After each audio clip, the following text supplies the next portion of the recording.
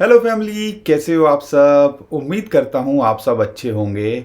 सर्दियों का मौसम शुरू हो गया होगा तो कृपया अपने आप को सेफ रखिए, सुरक्षित रहिए और गर्माहट के अंदर रहिए। लेकिन यहाँ पर क्रिप्टो करेंसी मार्केट के अंदर गर्माहट तो नहीं आ रही है, ऐसा लग रहा है एक ठहराव सा आ गया है। बिटकॉइन की बात करें, वही 16-17 हज़ार डॉलर के बीच में घूम रहा है और यहाँ से 100-200 डॉलर भी ऊपर नीचे होता है तो चार्ट में ऐसा लगता है पता ही नहीं क्या फ्लक्चुएशन आ गई है। तो ये कब तक चलेगा। और साथ के साथ में जो दूसरे ऑल्ट कॉइन्स हैं, देखो बिटकॉइन के अलावा जितनी भी क्रिप्टो करेंसी होती है उसको हम ऑल्ट कॉइन्स बोलते हैं। तो दूसरी जो क्रिप्टो करेंसीज हैं उनका क्या होगा। आप नोटिस कर रहे होंगे कि उनके अंदर थोड़ी बहुत धीरे धीरे धीरे करके गिरावट देखने को मिल रही है। इसका एक और रीज़न मैं आपको बताऊंगा जो टेक्निकली क्यों ऐसा हो रहा है, और बिटकॉइन यहाँ स्टेबल है और आने वाले टाइम के अंदर उसके अंदर पंप देखने को मिल सकता है। उस बारे में भी थोड़ा सा आपको समझाने की कोशिश करूंगा। यहाँ पे ज़्यादा न्यूज़ की बात नहीं करूंगा, यहाँ पे मैं आपको सिखाने की, टेक्निकली बताने की, ताकि आप चार्ट को ऑब्जर्व कर सकें और आने वाले टाइम के अंदर ये चीज़ को भी नोटिस कीजिएगा। ये भी एक बड़ा फैक्टर हो सकता है क्रिप्टो करेंसी मार्केट के अंदर बिटकॉइन के प्राइस की मूवमेंट को देखने के लिए। तो यहाँ पर सबसे पहले मैं बात कर लेता हूँ, दो इम्पॉर्टेंट चीज़ें हैं जो आपको समझनी यहाँ पे पड़ेंगी और उसके बाद में मैं बात करूँगा बिटकॉइन के अंदर जो टेक्निकली क्या चल रहा है। एक एग्जांपल लेते हो, अगर किसी चीज़ की मान लो सप्लाई कम हो रही हो, यानी कि मार्केट के अंदर उसकी अवेलेबिलिटी ना हो और डिमांड लगातार बढ़ती रहती हो या बढ़ती जा रही हो, लोग उसको और ख़रीदना चाहते हो, उनको लग रहा हो कि शायद हम इस बार अपॉर्चुनिटी मिस ना कर दें, तो क्या होगा उस चीज़ का। प्राइस बढ़ना चाहिए ना। लेकिन ये बिटकॉइन के अंदर फ़िलहाल के लिए फिट नहीं बैठ रहा है। लेकिन ये कब तक फिट नहीं बैठेगा उसको आपको यहाँ पे सोचना है और यही मैं आपको ऑब्जर्व कराने की कोशिश करूँगा अब इस चार्ट के थ्रू। दोस्तों, हम सबको पता है इकोनॉमिक्स का एक बेसिक फंडा होता है डिमांड और सप्लाई का। अगर किसी चीज़ की डिमांड ज़्यादा होती है, सप्लाई कम होती है, तो अल्टीमेटली उसके प्राइस के अंदर हमें बढ़ी जो उसको बढ़ते हुए देखने को मिलता है। यहाँ पर बिटकॉइन की अगर मैं बात करता हूँ, 2018, आई डोंट नो कितने लोग यहाँ पे बिटकॉइन के बारे में जानते होंगे, लेकिन हमारा चैनल उससे भी पुराना है, क्रिप्टो करेंसी का one of the oldest channel है। तो यही हमारी कोशिश रहती है, पिछले 5-6 सालों से लगे हुए हैं आपको एजुकेट करने में। तो वीडियो में इतनी मेहनत कराते हो, हमारी रिसर्च कंटेंट अच्छा लगता है तो वीडियो को लाइक ज़रूर कर दिया करो और चैनल को सब्सक्राइब कर लिया करो। आपको क्या लगता है 2018 में कितने लोगों को बिटकॉइन के बारे में पता होगा। ज़्यादातर को नहीं पता था। ज़्यादातर लोग 20, 21, 22 के अंदर आए थे जब एक्सचेंजेस ने एडवर्टीजमेंट, बड़े बड़े जो एक्टर्स हैं उन्होंने एडवर्टीजमेंट करनी शुरू की थी, हो हल्ला होना शुरू हुआ था। लेकिन यहाँ पर बिटकॉइन के अंदर एक ऑब्जर्वेशन आ रही है और ग्लास नोड का ये जो डाटा है वो आपको ज़रूर ऑब्जर्व करना चाहिए।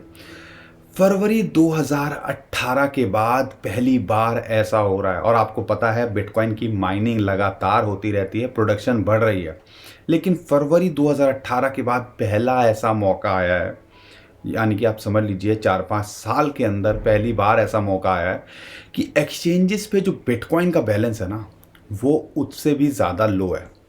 अब ये इंडिकेट क्या करता है, आप में से बहुत सारे लोग अभी यही कमेंट करने वाले हैं कि ये तो होना ही था, एक्सचेंजेस पे से लोगों का ट्रस्ट कम हो रहा है, ख़त्म हो रहा है। एफटीएक्स का कांड होने के बाद हर कोई अपने वॉलेट में जो है बिटकॉइन को रखना चाहता है, एक्सचेंजेस पे नहीं रखना चाहता है।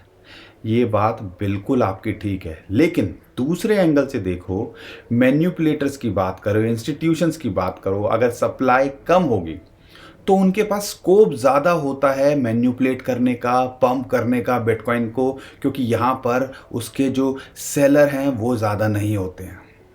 दो एंगल हैं, दोनों एंगल को आपको समझना चाहिए।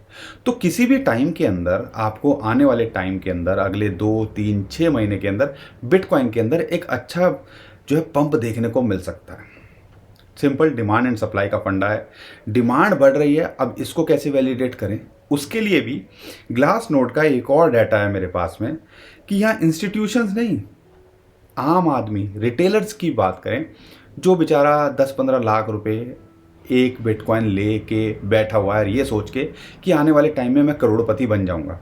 तो एक बिटकॉइन या उससे ज़्यादा बिटकॉइन जिनके पास में है, वो जो एड्रेस हैं, वो जो होल्डर्स हैं, वो भी बड़े हैं और वो भी अपने ऑल टाइम हाई पे हैं। अब ये क्या इशारा करता है, आप खुद यहाँ पे डिसाइड कर सकते हो कि डिमांड बढ़ रही है, सप्लाई कम है, और सिंपल डिमांड एंड सप्लाई का फंडा यहाँ पर है।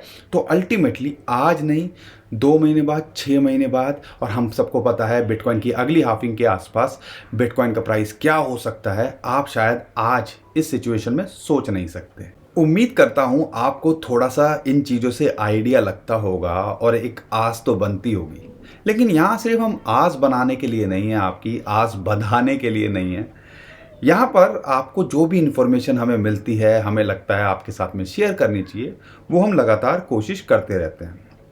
अब यहाँ पर बिटकॉइन के प्राइस के बारे में आखिरी में मैं बात करूँगा, लेकिन आप एक चीज़ ऑब्जर्व कर रहे होंगे कि बिटकॉइन का प्राइस तो स्टेबल है, यानी कि यहाँ टिका हुआ है, लेकिन जो ऑल्ट कॉइन्स हैं वो यहाँ थोड़े थोड़े गिर रहे हैं, और आने वाले टाइम के अंदर इसके अंदर और गिरावट देखने को मिल सकती है। उसका टेक्निकल एक फैक्टर बताता हूँ। आपने अक्सर सुना होगा टोटल मार्केट कैप, ठीक है, उसके अंदर बिटकॉइन की डोमिनेंस, बिटकॉइन 40% 45% पूरी मार्केट कैप का होता है। बाकी जितने जितने भी हैं वो छोटे छोटे ऑल्ट कॉइन्स या बड़े बड़े ऑल्ट कॉइन्स या इथीरियम, जितने भी डॉज कॉइन, इन सबको मिला के बनते हैं 10,000 12,000 20,000 तक के वो कॉइन्स हैं। 20,000 कॉइन्स, इमेजिन किस किस को याद रखोगे आप। तो उन सबका मार्केट कैप एक तरफ, बिटकॉइन का मार्केट कैप एक तरफ। तो बिटकॉइन की जो डोमिनेंस है ना, वो भी कहीं ना कहीं एक इशारा देती है कि यहाँ पर मार्केट के अंदर क्या हो सकता है या क्या होने वाला है। इसको भी आपको ऑब्जर्व करना चाहिए। और हमने अक्सर देखा है, क्या है बिटकॉइन की, आप जब बुल रैली देखी हो, क्या है आपने हाल्विंग देखी हो, तो आपको ये चीज़ें ऑब्जर्व करोगे तो आपको आइडिया लगेगा कि बिटकॉइन की जो डोमिनेंस है वो लगभग 40 से 50% के बीच में रहती है। जब 50% के आसपास आती है तो आप समझ लीजिए बिटकॉइन जो है वो जो है ऑल टाइम हाई के आसपास होता है या अच्छा खासा पंप करता है। लेकिन जो दूसरे कॉइन्स होते हैं, ऑल्ट कॉइन्स होते हैं, वो काफ़ी गिरे हुए होते हैं, बिटकॉइन की फॉर्म में भी और डॉलर की फॉर्म में भी। जितना बिटकॉइन बढ़ता है उतना नहीं बढ़ते हैं। दो चीज़ें होती हैं, या तो वो गिर रहे होते हैं क्योंकि बिटकॉइन का वेट एंड वॉच कर रहे होते हैं, भैया थम जा, या फिर जितना बिटकॉइन पेस से बढ़ता है उतना नहीं बढ़ते हैं। तो वो बिटकॉइन की डोमिनेंस के अंदर हमें देखने को मिलता है। अब यहाँ पर जब भी हमने देखा है, आपको चार्ट में भी दिख रहा होगा कि जब भी ये 40% के आसपास आती है, यानी कि बिटकॉइन की जो डोमिनेंस है 100 में से 40% हो जाती है, तब हमें जो है आप समझ लीजिए, यानी कि ऑल्ट कॉइन्स अपने पीक पे होते हैं या अपने ऑल्ट कॉइन्स ज़्यादा बेटर कर रहे होते हैं। और जब ये रिकवरी होनी शुरू होती है तो आपने नोटिस किया होगा बिटकॉइन की जब भी डोमिनेंस बढ़ती है, alt coins wait and watch की सिचुएशन में आ जाते हैं या गिरते हुए हमें दिखते हैं। तो यही चीज़ अभी हमें देखने को मिल रही है, और इस टाइम पे बिटकॉइन की डोमिनेंस है लगभग 42%। और इम्पॉर्टेंट बात क्या है, 200 अगर डेली मूविंग एवरेज की बात करते हैं, जो कि एक बाहुबली, महाबली, खलबली जो मचा देता है, इस चार्ट के अंदर भी कहीं ना कहीं ये जो है इसको रेजिस्टेंस के ऊपर बिटकॉइन की डोमिनेंस यहाँ पे चल रही है, उसको ब्रेकआउट करने में कामयाब हुई है।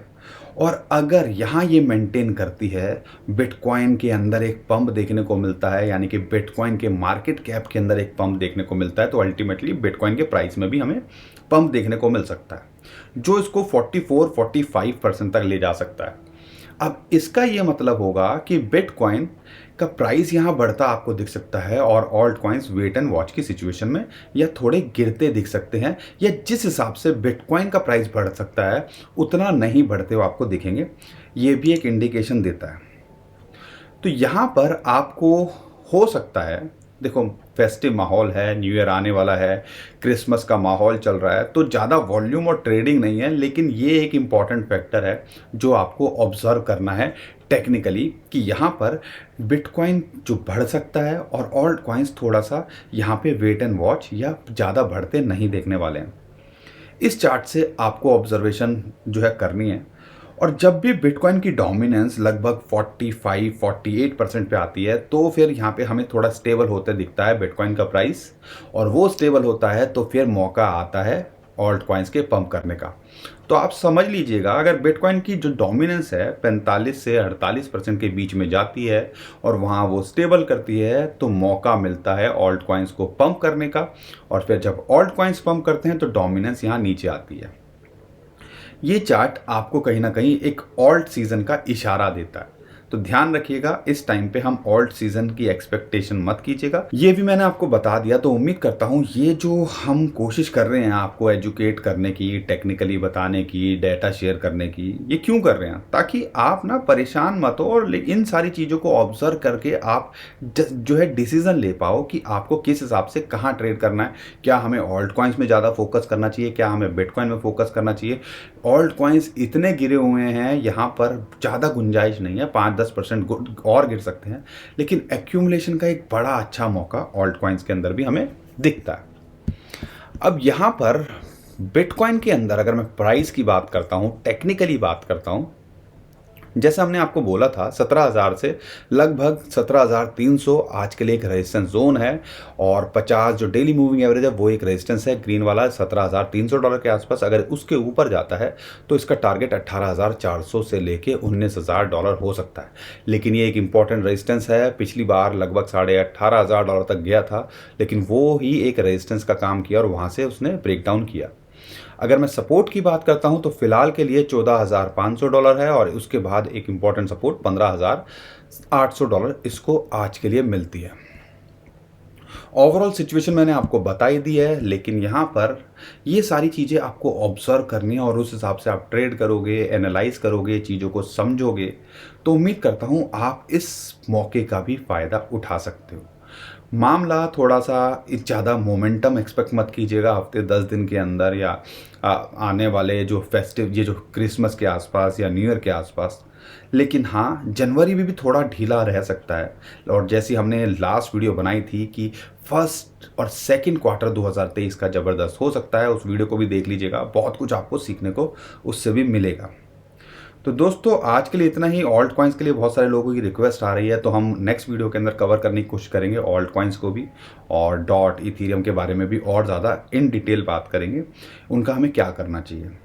अभी के लिए उम्मीद करता हूँ कंटेंट अच्छा लगा होगा, तो वीडियो को लाइक ज़रूर करके जाएंगे, चैनल को सब्सक्राइब ज़रूर करके जाएंगे, और आपका प्यार यूँ ही बनाए रखेंगे हमारे ऊपर।